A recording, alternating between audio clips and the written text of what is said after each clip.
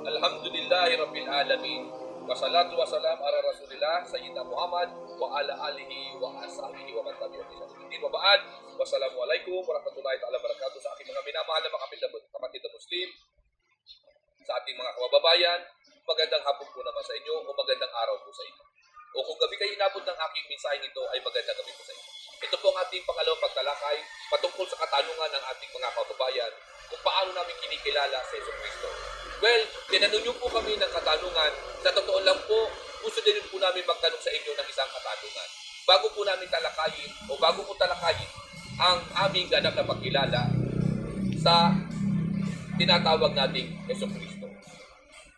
Gusto ko itanong sa inyong mga pare, sa mga pare Katoliko, sino po ba ang Kristo ang inyo pong tinatanong sa amin na dapat namin kilalanin?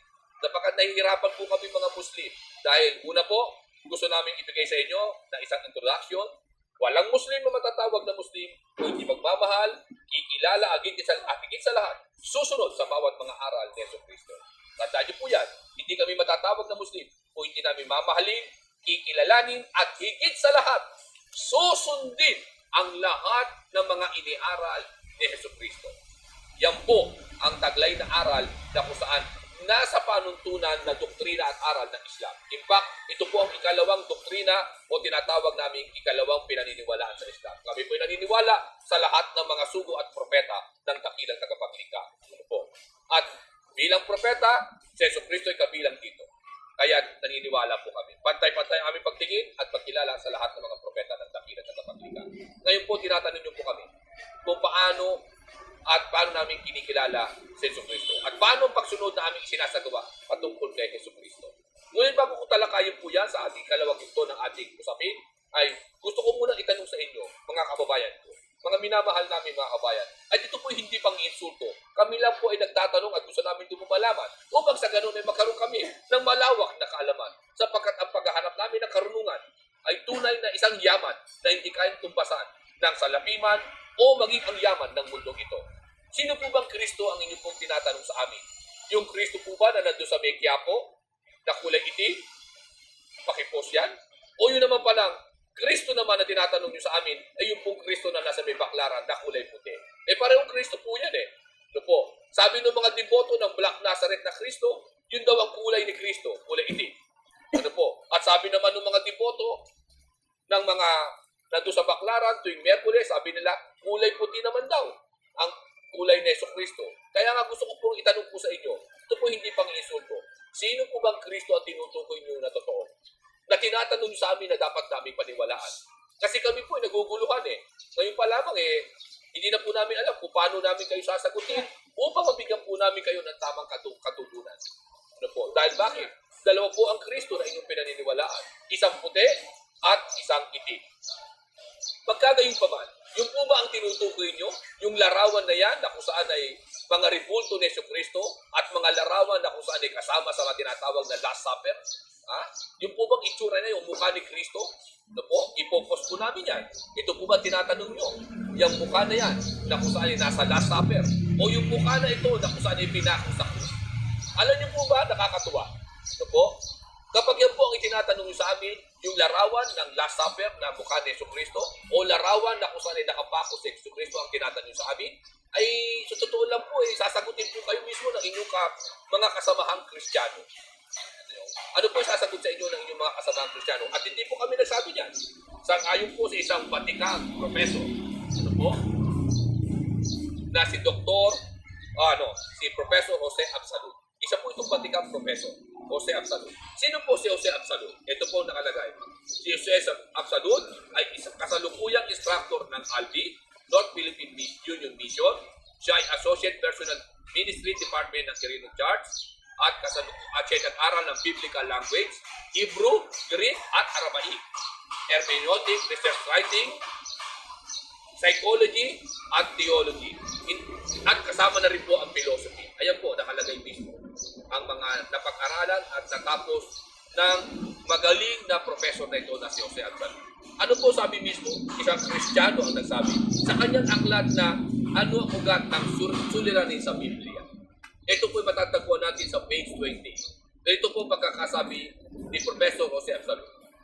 Ang Jesucristo na kung saan ay sinasamba ng mga Kristiyano at pinaniniwalaan nila ay isa lamang katang-isip na nilikha at idinurowing ni Leonardo da Vinci.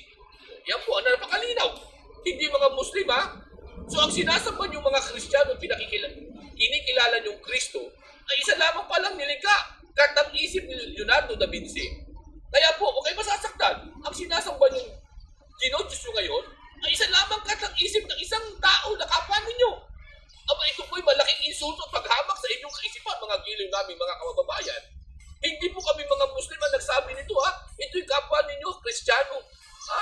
Ito po'y professor ng Hebrew, Greek, Aramaic, at professor ng hermeneutics. Alam niyo po ba yung hermeneutics?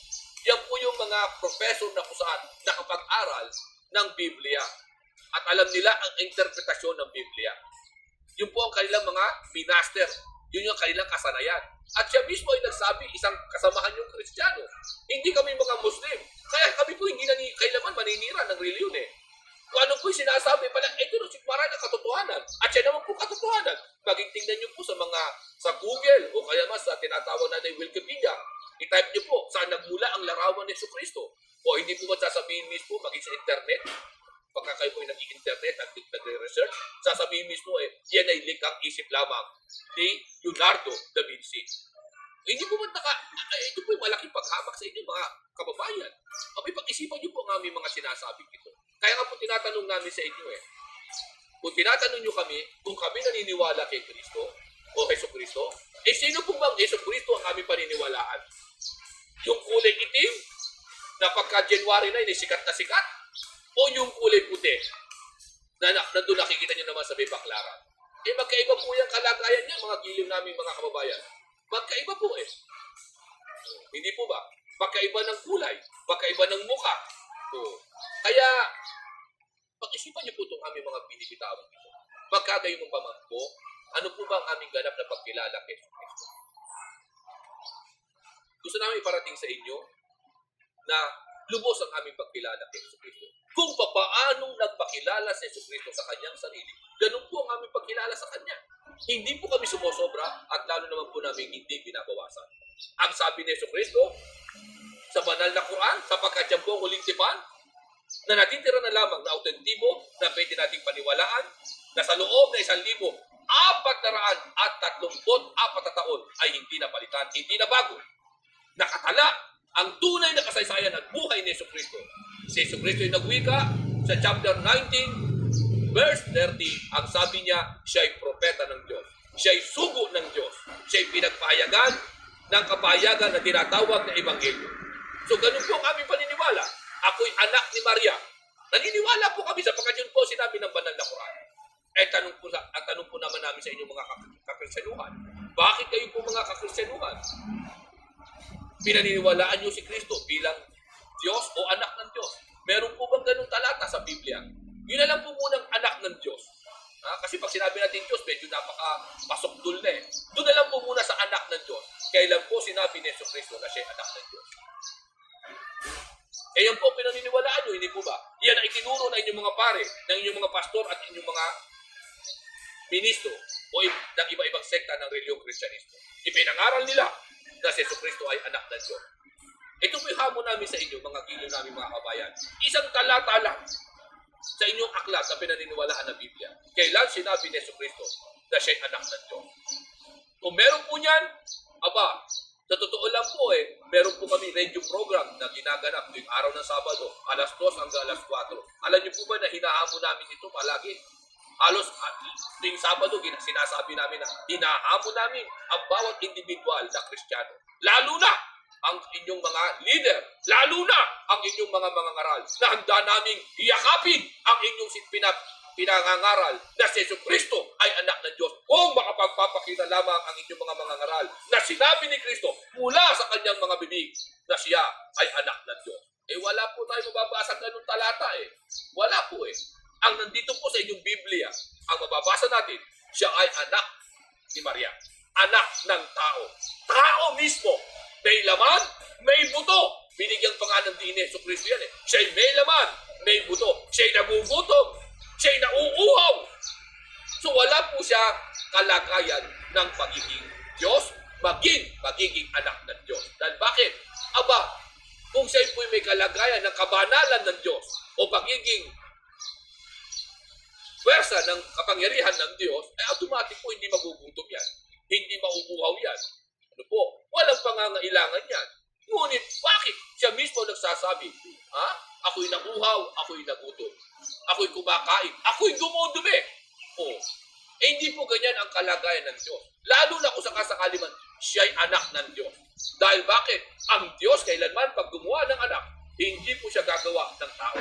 Lalong hindi siya gagawa ng hayop. Dahil siya'y Diyos, ang gagawin niyang anak ay Diyos din. Hindi po ba? Kaya dapat, kung ano ang kalagayan ng kanyang pinanggalingan, na magulang niya, kung sakasakali man ang magulang niya ay Diyos, ganun po ang mangyayari. Ang Diyos hindi nagugutom, dapat si Kristo, si Yesu Kristo, hindi rin magutom. Ang Diyos hindi nauuhaw, dapat si Yesu Kristo ay hindi rin mauhaw. Ngunit, patindi nyo na si Yesu Kristo ay hindi ganun ang kalagayan. So yan po mga giliw naming mga kababayan, ang aming munang ipag-iling sa inyo at umaasa po kami sa susunod nating episode ay muli na po tayo magkaalaman at makapag-aral at magsaliksik po tayo. Yan po ang aming pinakikita sa inyo. At kami po yung nag-iimbita na padala nyo kami ng mga katanungan. Ito po. At yung ano po ang aming pinahayag dito, sana naman po ay inyong saliksuriin, saliksikin. Hindi po namin sinasabing kami po ay nasa tamang dada. Ngunit, isa pong hamon ang aming ipinararating sa inyo na baka naman ang inyong reliyon na kinalalagyan ay gawa-gawa lamang o isang inventong reliyon. Sa ganang amin, ang aming pananampalataya, taas to ko bawat individual na Muslim. Kami po naniniwala kung ano ang lahat ng mga itinuro ng mga sugo, yun po ang aming pinaniniwalaan. Walang labis, walang kulang. Sapagkat isa lamang ang kanilang pananampalatayang pinangaral. Ang pagtupad, pagsunod sa bawat kalooban ng dakilan na katapunan. Magandang araw po sa inyo. Ito ang Unicode, Ustad Ahmad. Ang programang ito ay hatid sa inyo ng Fanar Community Channel.